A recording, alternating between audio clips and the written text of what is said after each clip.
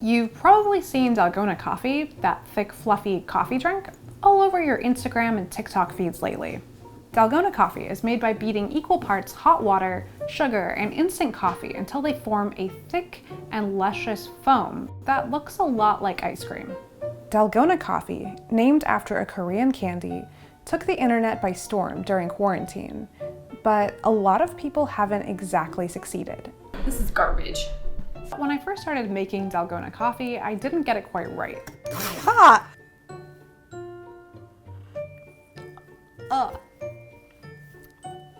I called Abraham Waldman, a biochemist who really likes to cook, hoping that he could explain things to me a little bit better. So this was my first attempt, and as you can see, it's like completely stuck to the bowl. I don't know what happened here, but there's no body.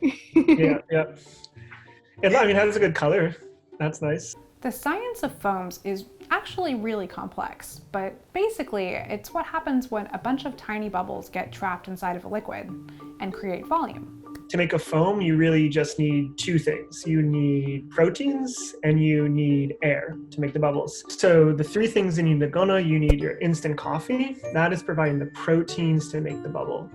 Then you need the sugar. The sugar is going to make a nice viscous syrup with the water to give you small bubbles and help them stick together. And then the water is there just to make sure everything is dissolved. It turns out that there are a ton of things that can actually go wrong, from using too much water, to not enough sugar, to regular coffee instead of instant.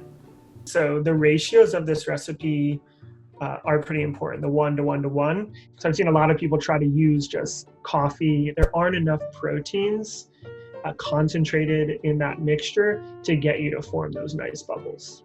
And again, that's because if you just were to use a whole lot of water, you're basically diluting out the proteins, and now you made an espresso. The mixture might not be as viscous if you use something other than sugar, and it might not be as good at keeping those bubbles small and together. According to Abraham, there's a lot more caffeine in a Dalgona than there is in, say, your average cup of joe. But you actually need all that caffeine to make the drink work. So I looked at my instant espresso and it said use 1 teaspoon and dissolve that in 3 ounces of water.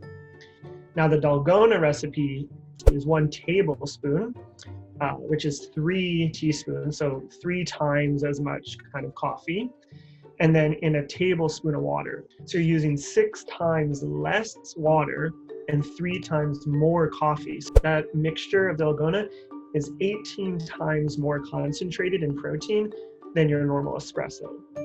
And if we say that like a normal drip coffee is about 1/3 as concentrated as an espresso, then that Dalgona mixture is 54 times as concentrated as a coffee. What you're doing with a Dalgona is you're making a super concentrated solution mixture with lots and lots of those proteins.